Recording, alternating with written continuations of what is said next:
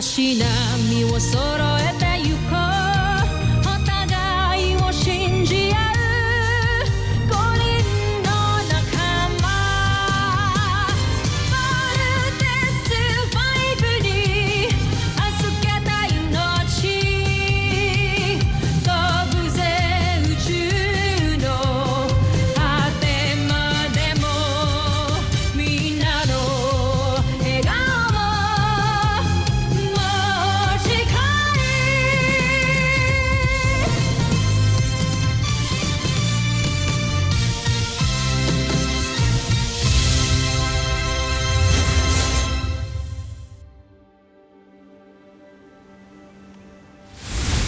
Ang nakaraan sa Voltes 5 Legacy.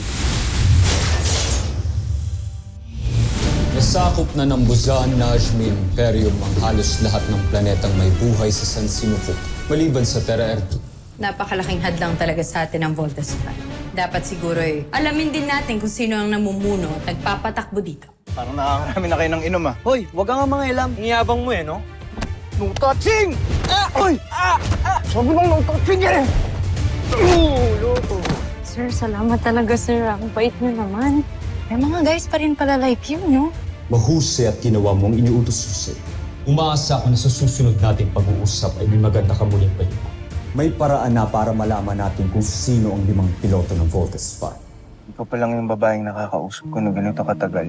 Bukod sa mama ko. Alam mo, ikaw pa lang yung taong nakausap ko na nakarelate ako. Gusto rin kita, kaya hinay-hinay muna, please. Gusto rin kita mas makilala pa. Friend ba yung tingin mo sa akin? Sorry, what? Kung friend yung tingin mo sa akin, sabihin mo sa akin kung bakit kayo nag-break ni Eva. O bakit di ka makasagot ngayon kung may problema, no? Feeling ko, this is not the right moment to talk about it. Pag ready ka na, sabihin mo rin sa akin kung sino yung crush mo.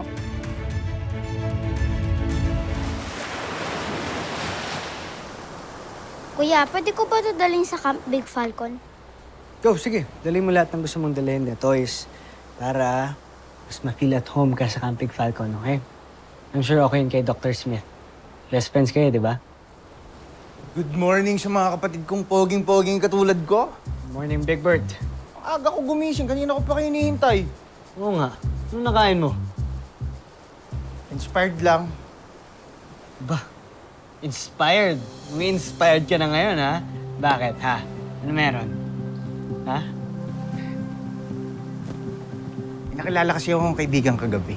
Ah, okay. Kaibigan na to, babae. Babae? Ay, yung ngiti, pambabae yung sagot eh. Sino yan? Kwento mo.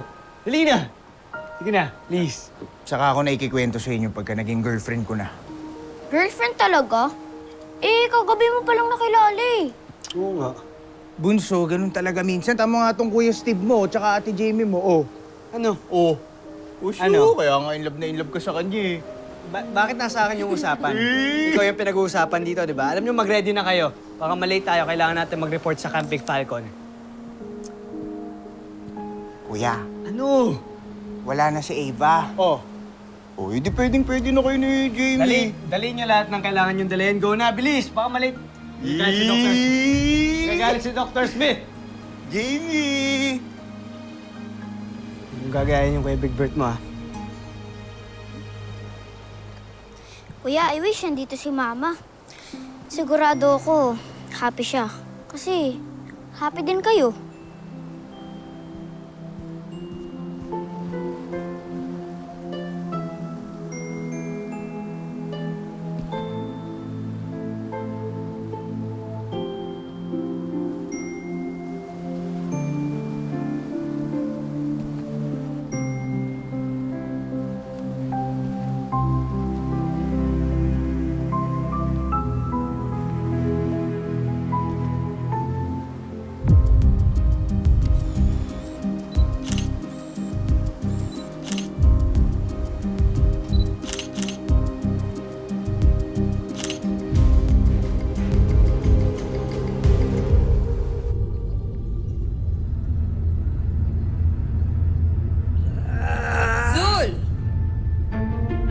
ginagawa mo?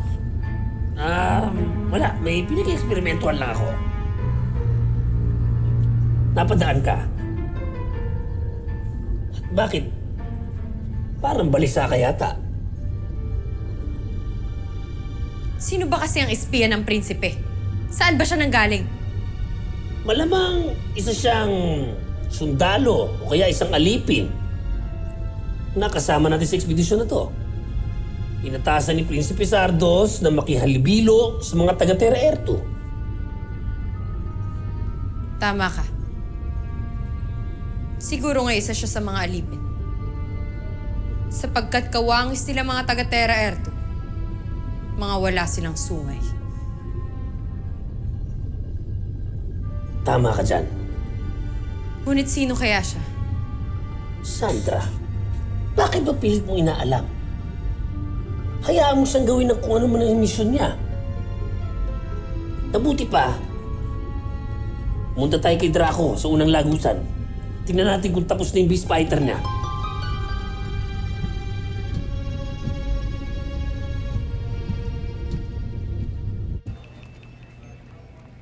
PJ! Jimmy! Paki-process daw ito ang independent security hard drives from Medical Peace. Okay. Thank you. Sure. Well, well, well. If it isn't Jamie Robinson. Akala ko ba nag-quit ka na? A girl can change her mind, right? Lalo na kaya lang naman ako umalis dito sa campus because may kinaiiritahan ako.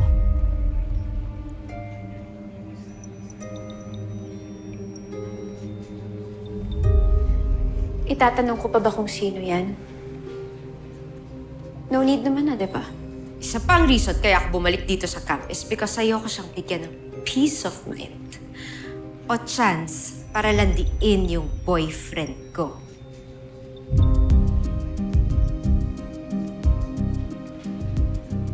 Boyfriend mo pa nga ba si Steve?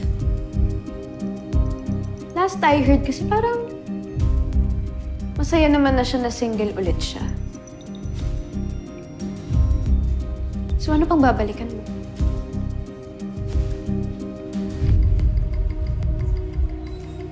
Have a nice day, guys. Ooh, burn!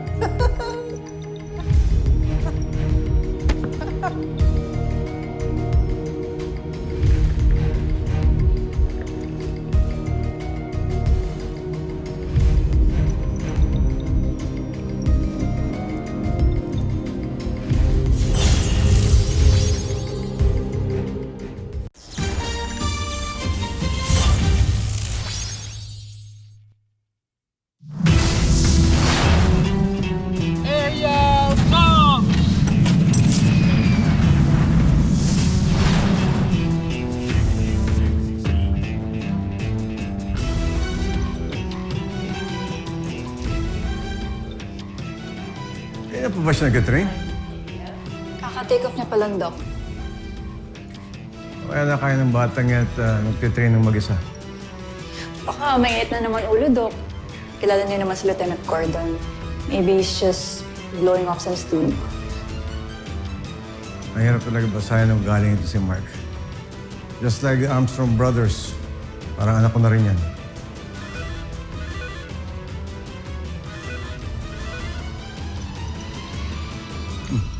Hello. Ano yung report mo? What? Okay. Send mo kagad sa akin yan. Pati lahat ng evidence. Hintayin ko. Siguradong matutuwa si Mark dito.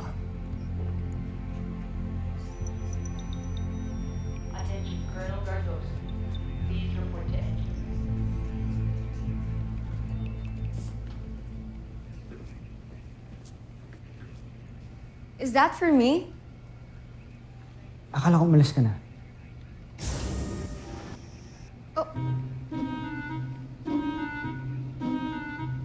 So, nagkita na pala kayo?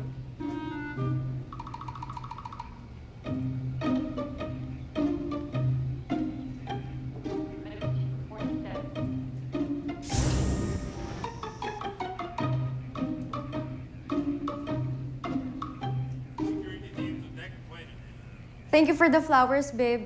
Sabi na nga ba, masaya ka na bumalik ako dito eh. Sorry kung nag-quit ako ah. But I realized na dito talaga sa camp yung life na gusto ko. So yeah, I'm back for good.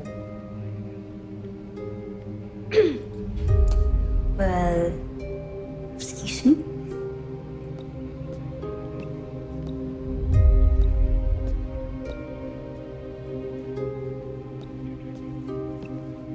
So ano, wala ka man lang pa-welcome back, my love? Welcome back, Ava. I'm happy nagbago yung isip mo. Thank you, babe. Hindi na tayo, di ba? Mas tama na yun para sa ating dalawa. Yeah, right. Kasi hindi naman talaga para sa akin tong flowers, di ba? Para kay Jamie to.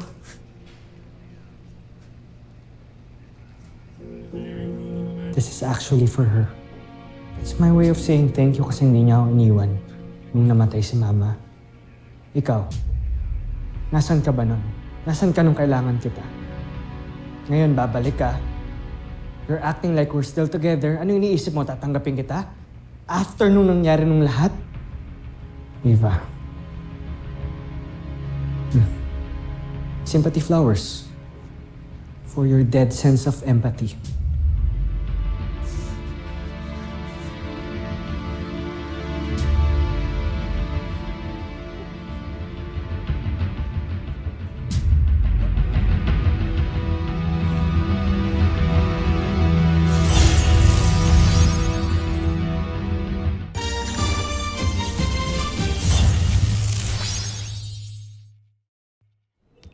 Ano pong sasabihin niyo sa akin, Dr. Smith? May update ako tungkol sa mother mo. Yung totoong nangyari sa kanya. Magbunga yan, Doc. I don't wanna ruin my day. No, Mark. Mali ang iniisip mo. Hindi ka iniwan ng nanay mo at hindi niya inabandon ng tatay mo. Eh ano ho ba totoong nangyari sa nanay ko? If you're willing to listen, kwento ko sa'yo. Makinig ka lang. Kukwento ko sa'yo ang buong storya.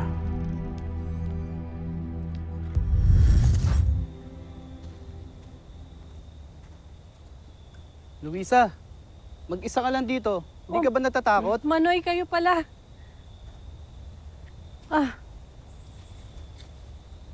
Alam mo ba, noong nakaraang linggo lang, may taga-barangay na inatake ng asong gubat sa tabing ilog. Sana nagpasama ka. Wala naman ako mga kasama, Manoy. Alam niyo namang may sakit ang asawa ko. Ayoko naman magpasama kay Mark. May istorbo lang yung tulog ng bata. Eh di sana nagpamaga ka na lang. Mas safe dito pag araw. Oo nga. Eh kaya lang ho, lumala yung ubo ng asawa ko. Kaya napilitan akong maghanap ng igagamot sa kanya. Kaya ito, kumuha ako ng dahon. Mainam to panggamot sa kanya. Ay, wag na kayo mag-alala. Okay lang ako. Dala ko naman yung baril ng asawa ko. O basta, mag-iingat ka. Salamat ho. Sige, dito na kami.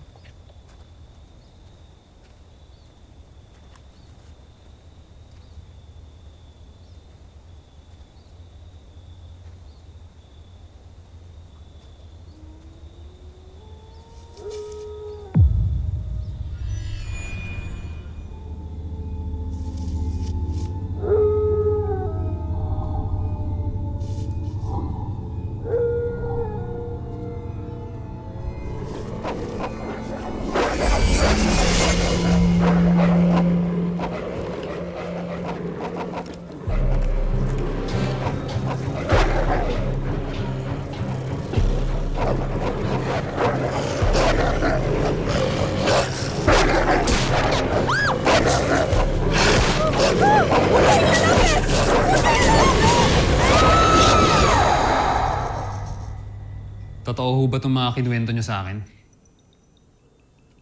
O gawa-gawa niyo lang? Para hindi ako magalit sa ina kong nang iwan sa amin. Mark, wala akong rason o pakinabang kung mag-iimbento ako ng story sa'yo. Miski bangkay ng ina ko, hindi dumating sa amin. Paano niyo ho ba nalaman to?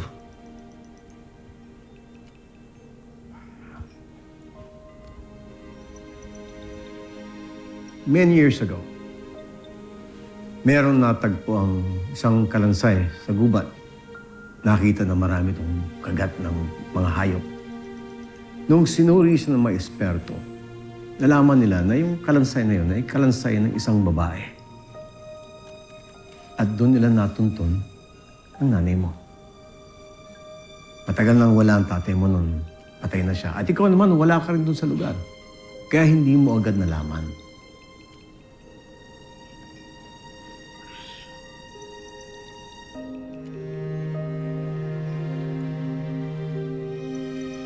Yan ang report. Basahin mo.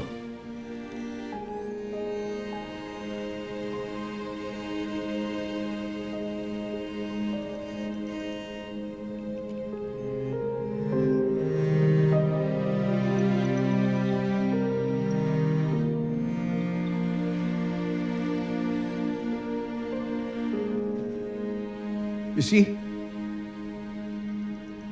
hindi masamang ina ang nanay mo. Hindi kayo nabandona at sumama sa ibang lalaki na gaya ng iniisip mo. Just like Mary Ann. Namatay siya tulad ng nanay mo. Namatay siya dahil sa pagmamahal sa tatay mo.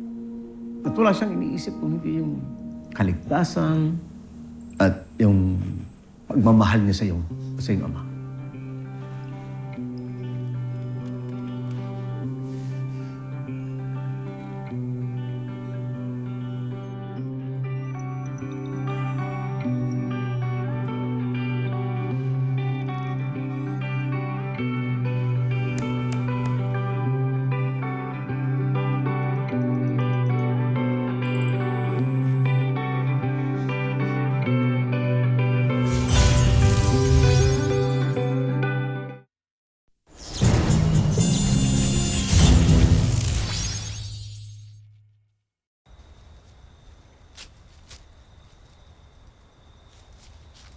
So, totoo nga na bumalik na si Ava. Ano ibig sabihin nun? Eh di, nagdrama-drama lang siya. Paano na yan, Kuya Steve? Paano mo na maliligawan si Ate Jamie kung nandiyan na naman si Ate Eva? Ligaw agad. Ito talaga sa bunso pa talaga nang galing yung ligaw. Bata ka pa. Pinapaalam muna tayo kay mama kay papa. Mamaya kung ano pang tanongin sa akin. Ma, Pa, love you.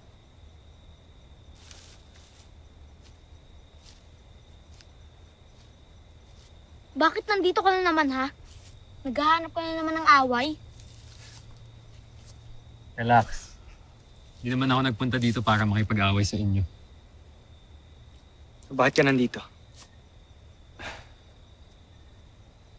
Gusto ko sanang mag-sorry. Gusto ko sanang mag-sorry sa inyo. Pati sa mga masasabang nasabi ko sa mama nyo. Truth be told, naiinggit kasi ako sa inyo. Lagi ko kasi nakikita kung gaano ka-ideal na mother si Mrs. Armstrong. Isang loving and caring na mother. Nakakala ko wala ako. I was wrong. I was very wrong. Kagaya rin pala ng mama nyo yung nanay ko. Pareha silang nag-sacrifice ng buhay nila para maligtas ang family nila. Maligtas? Oo, Big Brick. Long story, pero okay naman na ako. Hindi na ako naiinggit sa inyo. Kaya, sorry talaga. And I hope maging okay na tayong lahat.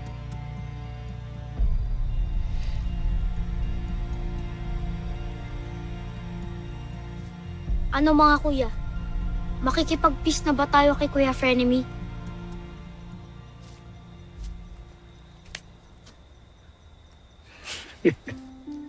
Pero ba't may pa-flowers pa?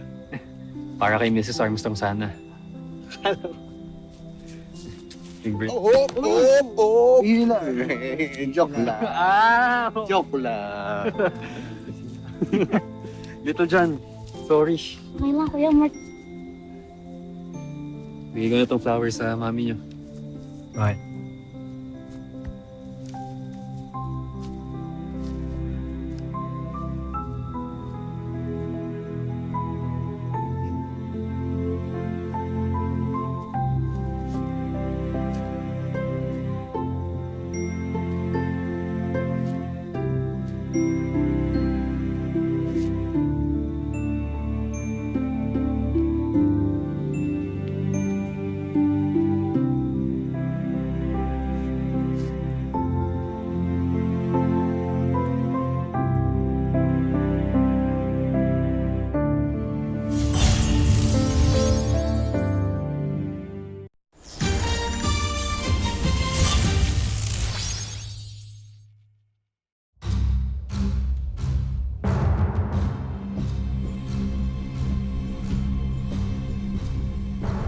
Hindi na ako makapaghintay pa.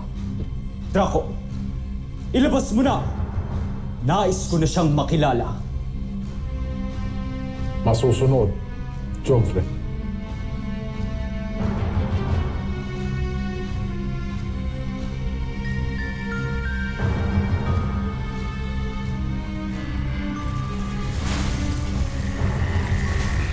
Nais kong ipakilala sa inyo si Gardo!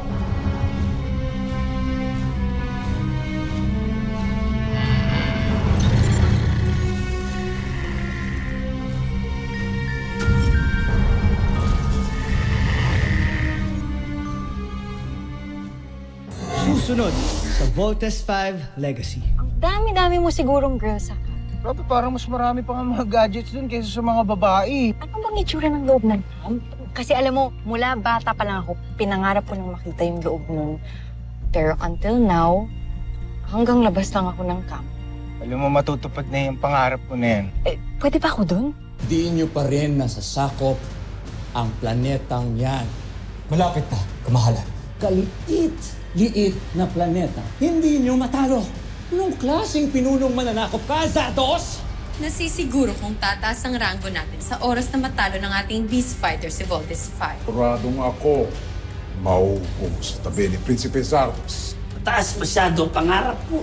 Ako ang dapat uupo sa tabi ni Prinsipe Santos. Sige, magpatayan na lang kayo dalawa para ako na lang ang uupo sa tabi ng prinsipe. Ako ang uupo sa tabi ni Prinsipe. Ako ang gumawa kay Gardo. Ako ang upo! Ako! Homsa!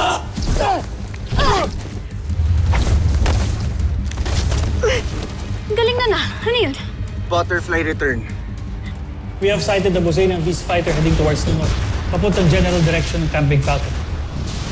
Yan ang beast fighter na makakalaban natin. Team, alam kong kayang-kaya niyo yan. And I believe in you. Talunin niyo yung peace fighter niyan para hindi niya makapamugsala. Let's take this beast fighter down. Let's go!